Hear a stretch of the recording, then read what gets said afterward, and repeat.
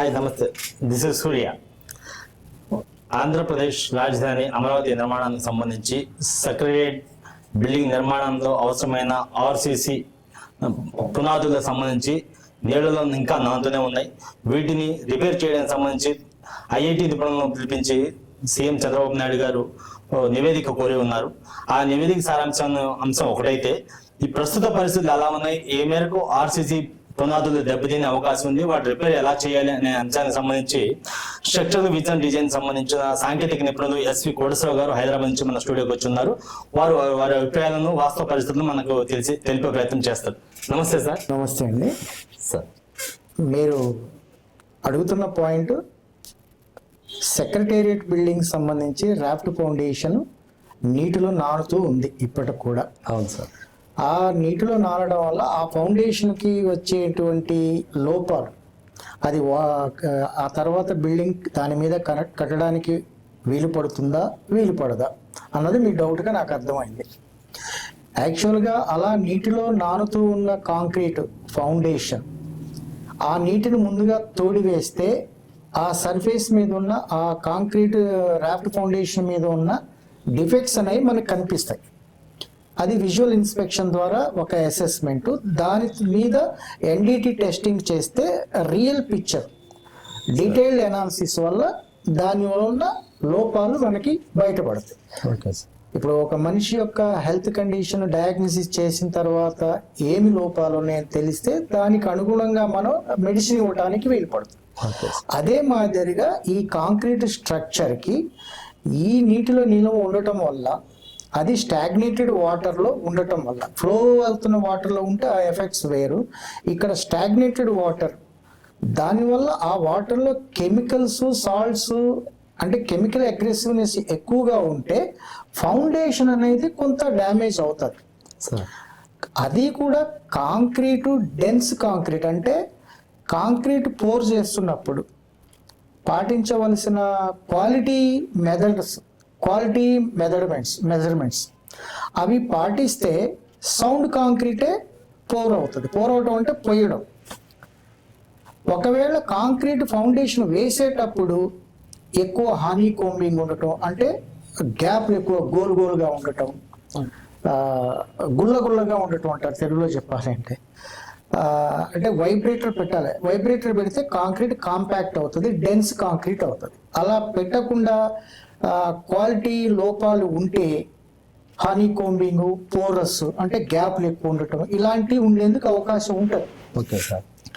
ఆ ఫౌండేషన్ అలా చేసి ఉంటారని అనుకోము, ఎందుకంటే క్వాలిటీ చేసి ఉండొచ్చు. ఒకవేళ బై మిస్టేక్ అలా జరిగి ఉంటే ఈ స్టాగ్నేటెడ్ వాటర్ వల్ల కాంక్రీట్ పోరస్ ఎక్కువ ఉంటుంది, పోరస్ కాంక్రీట్ కాబట్టి ఈ వాటర్ ఫ్లోయబుల్ ఉండేసి కెమికల్ సాల్ట్స్ వాటర్లో ఉండటం వల్ల ఇవి కరోజన్ క్రియేట్ చేస్తాయి. రెయిన్ఫోర్స్మెంట్కి కాంక్రీట్ కూడా డిటోరియేట్ అవుతుంది. వీటన్నిటిని ఎనాలిసిస్ చేసేసి ఎన్డిటి టెస్టింగ్ చేసి దాని లోపాలని క్లియర్గా డయాగ్నోసిస్ చేసి దానికి రిలవెంట్ రిపేర్ మెథడాలజీ చేయొచ్చు. ఆ పాసిబిలిటీ అయితే ఉంది రాఫ్ట్ ఫౌండేషన్. కానీ any foundation, for example repair methodology అంటే క్రాక్స్ ఉన్నాయి, ఈ క్రాక్స్ని మనం క్లోజ్ చేయాలి. ఫస్ట్ క్లోజ్ చేయాలంటే కొన్ని మెథడ్స్ ఉన్నాయి. గ్రౌటింగ్స్, epoxy based గ్రౌటింగ్స్, acrylic polymer based గ్రౌటింగ్స్, ఇలా చాలా మెథడ్స్ ఉన్నాయి. ఇలా ఈ గ్రౌటింగ్స్ ఇలా చేయడం వల్ల మీకు ఆ కాంక్రీట్ డెన్స్ కాంక్రీట్గా తయారవుతుంది. యాక్చువల్గా రాఫ్ట్ ఫౌండేషన్ యొక్క concrete grade minimum as per IS codal provisions minimum M20. ఇప్పుడు అది M25 కింద చేస్తున్నారు. ఇలాంటి మల్టీ స్టోరీడ్ బిల్డింగ్స్కి minimum grade of concrete M30 ఉండొచ్చు, M40 ఉండొచ్చు, based on the design loads, design చేసిన దాన్ని బట్టి. M30 గ్రేడ్ కాంక్రీట్ అంటే 30 Newton per mm² compressive strength ఉండేట్టుగా డిజైన్ చేసిన కాంక్రీట్ను పోసారు. ఇప్పుడు అది నీళ్ళలో నానింది, పోరస్ ఉంది. ఈ నీళ్ళలో నానటం వల్ల ఈ వాటర్ని ముందు డీవాటరింగ్ చేసి దాన్ని కోర్ కట్ తీసి కంప్రెసివ్ స్ట్రెంగ్త్ చెక్ చేస్తే 30 Newton for MM square compressive strength వస్తుంది అంటే కాంక్రీట్ పాడవనట్టే లెక్క. ఒకవేళ డిజైన్ చేసిన కాంక్రీట్ M30 గ్రేడు, పోసింది M30 గ్రేడు, ఈ వాటర్లో నానిపోవడం వల్ల లెస్ దెన్ M30 వచ్చింది అంటే కాంక్రీట్ పాడైపోయింది. ఇంత పెద్ద భారీ ప్రాజెక్టులో అంత తేలికగా నిర్మాణం చేపట్టే అవకాశం ఉందంటారా? అలా భావిస్తున్నారా మీరేమైనా? అలా ఉండదు. లోపాలతో జనరల్గా ఇది పెద్ద లోపం అని అనడానికి లేదండి. ఎందుకంటే 50 స్టోరీల బిల్డింగ్ అయినా 50 ఫ్లోర్ల బిల్డింగ్ అయినా అక్కడ కట్టింది ఓన్లీ ఫౌండేషన్. ఆ ఫౌండేషన్ డిజైన్ అనేది 50 ఫ్లోర్ల లోడ్ తీసుకునేటట్టుగా డిజైన్ చేసినప్పుడు అంత లోడ్ దాని మీద రావట్లేదు. ప్రెసెంట్ ఆయన కంప్లీట్ చేసింది ఓన్లీ ర్యాప్డ్ ఫౌండేషన్. ఆ ర్యాప్డ్ ఫౌండేషన్ దాని సెల్ఫ్ వెయిటే దాని మీద ఉన్న లోడ్. కాబట్టి మేజర్గా డ్యామేజ్ అయ్యేందుకు ఛాన్స్ ఉండదు. ఒకవేళ 50 ఫ్లోర్లు కట్టి ఉండి 50 ఫ్లోర్ల లోడ్ దాని మీదకి వచ్చి ఉండి ఇలా జరిగి ఉండి చేసి ఉంటే లోడ్ అంతా దాని మీద పనిచేస్తుంది. కాబట్టి ఈ డిటరియోరేషన్ లోపాలన్నీ ఎక్కువ అయ్యేందుకు ఛాన్స్ ఉండొచ్చు. కానీ ఇప్పుడు ఆ పరిస్థితి లేదు. దాన్ని ఈ grouting method, injection grouting methods తోటి మనం డెన్స్ కాంక్రీట్ చేయొచ్చు. ఈ ultrasonic pulse velocity, rebound hammer test, core cutting ఈ చేయడం వల్ల ఈ కాంక్రీట్ అనేది ఎంత స్ట్రాంగ్గా ఉంది, దాంట్లో ఏమైనా హానీ కోంబింగ్ ఎఫెక్ట్ ఉందా, పోరస్ ఎక్కువ ఉందా, గ్యాప్లు ఎక్కువ ఉన్నాయా, క్రాక్స్ ఎక్కువ ఉన్నాయా, ఇవన్నీ తెలుస్తాయి. తెలిస్తే మళ్ళీ ఆ కాంక్రీట్ని డిజైన్ స్ట్రెంగ్త్ని అచీవ్ అవ్వటానికి, డిజైన్ స్ట్రెంగ్త్ని రీస్టోర్ చేయడానికి మనం ఈ మెథడ్స్ ద్వారా, ఇంజెక్షన్ గ్రౌటింగ్ మెథడ్స్ ద్వారా, ఎపాక్సీ బేస్డ్ లేదా యాక్రిలిక్ బేస్డ్ మెనీ ఆ డిఫెక్ట్స్ని మనం ఐడెంటిఫై చేసిన దాన్ని బట్టి మనం ఈ repair methodology, repair material select చేసుకోవాలి. దీనికి సంబంధించి ఇప్పటి వరకు ఏదైతే నీళ్లలో నాంతా ఉన్నాయో ఆర్సీకి సంబంధించిన పునాదులు, ఈ నీళ్ళలో ఉన్న పునాదులను నీటి మొత్తం తోడేసేసి మళ్ళీ మరొక్క మారు రెండో దఫాగా దాన్ని పరిశీలించి నిపుణుల ద్వారా పరిశీలింపజేసి ఉన్న మినిమం రిపేర్ తీసుకొని వేరే డిజైన్స్ మార్చకుండా ఉన్న డిజైన్ తీసుకొని ముందుకెళ్ళే అవకాశం ఉందంటారా? చేయొచ్చు. అంత ఇప్పుడు అదే చెప్తుంది. ఇప్పుడు టోటల్గా మీరు 50 ఫ్లోర్లు కట్టి ఉండి అంత లోడి వచ్చి ఉంటే అది ఎఫెక్ట్ అవుతుంది. అలా లేదు, ఓన్లీ ఇప్పుడు దాని సెల్ఫ్ వెయిట్ మాత్రమే దాని మీద పనిచేస్తుంది. కాబట్టి దాంట్లో మెయిన్ నీటిలో ఉండటం వల్ల వచ్చే లోపాలు ఏంటి? జనరల్గా తెలిసినవి seepage porous, chemical attack, carbonation, concrete carbonation, reinforcement corrosion అంటే ఇనుము తుప్పు పట్టడము, ఇలాంటి లోపాలే తలెత్తుతాయి. ఈ లోపాలు అనేవి కూడా పెద్ద లాంగ్ పీరియడ్ కాదు, లెస్ దెన్ 5 years కాబట్టి మేజర్ డిఫెక్ట్ అయ్యేందుకు ఛాన్స్ ఉండదు. ఇప్పుడు కాంక్రీట్ అనేది ఏజ్ పెరిగే కొద్ది అట్మాస్ఫిరిక్లో ఉన్న అట్మాస్ఫిరిక్ ఎఫెక్ట్స్ ద్వారా, అగ్రెసివ్ ఎన్విరాన్మెంట్ వల్ల ఏవైనా డిఫెక్ట్స్ వస్తాయి. కాంక్రీట్ కార్బొనేషన్, కరోజన్ ఇలాంటివి. ఇప్పుడు దాని మీద అంత రావడానికి ఛాన్స్ లేదు. అందుకే ఫస్ట్ అసలు ఈ వాటర్ని కంటిన్యూస్గా అలా ఉంచాల్సిన అవసరం ఏముంది? తీసి తోడి పక్కన పడేసేస్తే మనకి పిక్చర్ ఇంకా క్లియర్గా ఉంటుంది. ఇప్పుడు కంప చెట్లు అవన్నీ తీసేస్తున్నారు, అదే మాదిరిగా వాటర్ని తీసేసేస్తే ఇంకా క్లియర్ పిక్చర్ కనిపిస్తుంది. అది స్టాగ్నేటెడ్ వాటర్, ఫ్లోయింగ్ వాటర్ కాదు. స్టాగ్నేటెడ్ వాటర్లో కెమికల్ ఇంగ్రెస్ ఎక్కువ ఉంటుంది, కెమికల్ ఎఫెక్ట్ ఎక్కువ ఉండవచ్చు. అది తీసేస్తే మనకు క్లారిటీ ఉంటుంది. సార్, ఇప్పుడు సెక్రటరియట్ భవనాల నిర్మాణానికి సంబంధించిన ఆర్సీసీ పునాదుల్లో వాటర్ వచ్చేది ఇనుము ఒకవేళ తుప్పు పట్టి ఉంటే వాటిని ఎలా రెక్టిఫై చేసి ఆ భవనాలను ముందుకు తీసుకోవడానికి, కన్స్ట్రక్షన్ పూర్తి చేయడానికి అవకాశం ఉందంటారు? ఆ రాఫ్ట్ ఫౌండేషన్లో ఉన్న ఇనుము అంటే రెయిన్ఫోర్స్మెంట్ ఈ వాటర్లో నానటం వల్ల కానీ, ఇంకొక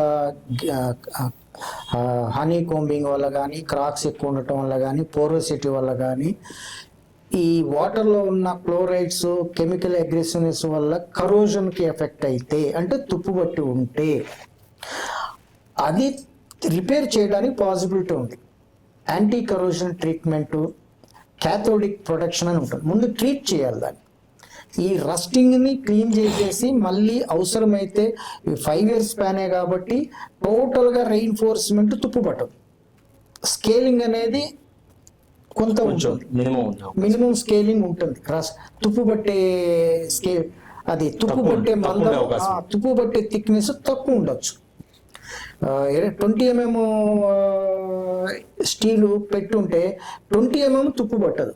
దాని మీద ఒక 5 mm 6 mm తుప్పు పట్టినా కూడా రీజనబుల్ తుప్పు పట్టడం, అది మేజర్ తుప్పు పట్టడమే.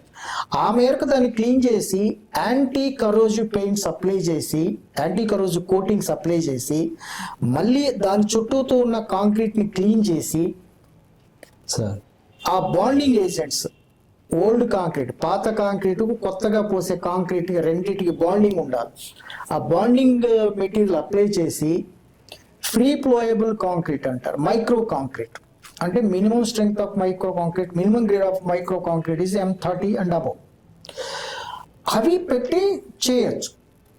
అంటే టోటల్గా layer craft foundation thickness more than 2 meters 1 ఉంటే డబుల్ లేయర్ రీఎన్ఫోర్స్మెంట్ వస్తుంది. Top layer, bottom layer. మీకు రెయిన్ఫోర్స్మెంట్ లేయర్గా తుప్పు పట్టదు. ఎక్కడైతే కాంక్రీట్లో ఉంటుందో, కాంక్రీట్లో పోరస్ గ్యాప్, క్రాక్స్, హానీ కోంబింగ్ ఎఫెక్ట్ ఎక్కడ ఉంటుందో ఆ ఏరియాలోకి మాత్రమే వాటర్ ఇంటరాక్ట్ అవుతుంది వెళ్ళి. అక్కడ వాటర్లో కెమికల్స్, క్లోరైడ్స్ ఎక్కువ ఉంటే కరోజన్ తుప్పు పడుతుంది. ఆ ఏరియాని లోకల్ అంటే ప్యాచ్ రిపేర్ అంటారు దాన్ని. ఎంటైర్ సర్ఫేస్ రిపేర్ చేసే పరిస్థితి ఉండదు. ఓకే, ఎంటైర్ సర్ఫేస్ రిపేర్ చేసే పరిస్థితి ఉన్నదంటే కాంక్రీట్ వేసేటప్పుడే క్వాలిటీ ఇన్స్ట్రక్షన్స్ మెయింటైన్ చేయలేదు, టోటల్గా నాన్ క్వాలిటీ కన్స్ట్రక్షన్ జరిగింది అనుకోవాలి. అలాంటి పరిస్థితి ఉండదు నాకు తెలిసి. అమరావతి రాజధానిలో చేపడుతున్న భవనాలకు సంబంధించి పూర్తి స్థాయిలో రిపేర్ చేస్తే ఆ భవనాలను పునర్నిర్మాణం చేసే అవకాశం ఉందా అని భావిస్తున్నారా మీరు? తప్పకుండా పునర్నిర్మాణం చేయడం అంటే మీరు డ్యామేజీ ఏ మేరకు అయిందో చూసి ఆ మేరకు రిపేర్ చేసి ఫర్దర్ కన్స్ట్రక్షన్ కొనసాగించవచ్చు. దాంట్లో ఎలాంటి ఇది లేదు. ఎందుకంటే అది నీళ్ళల్లో ఉన్న period less than 5 years. Okay, 5 years లేదా 6 years, లెస్ దాన్ 10 years. అది స్టాగ్నేటెడ్ వాటర్. టోటల్గా ఫౌండేషన్ మొత్తం ఖరాబ్ అయ్యే పరిస్థితి ఉండదు. ఏ మేరకు ఎక్కడ వీక్గా ఉన్నదో ఆ వీక్ పోర్షన్ని క్లీన్ చేసేసి వీక్ పోర్షన్ని స్ట్రెంగ్తన్ చేసి restoring the strength of the foundation. అంటే అది ఎంత స్ట్రెంగ్త్ని కోల్పోయిందో ఫౌండేషన్ అంత స్ట్రెంగ్త్ని మళ్ళీ యాడ్ చేస్తాం ఈ రిపేర్ మెటీరియల్ ద్వారా. యాడ్ చేసి దాన్ని ఫర్దర్ కన్స్ట్రక్షన్కి ఓకే చెప్పచ్చు. అలాంటి పాసిబిలిటీ ఉంది. థ్యాంక్ యూ సార్, మీ విలువైన సలహా సూచన చేసినందుకన్నా.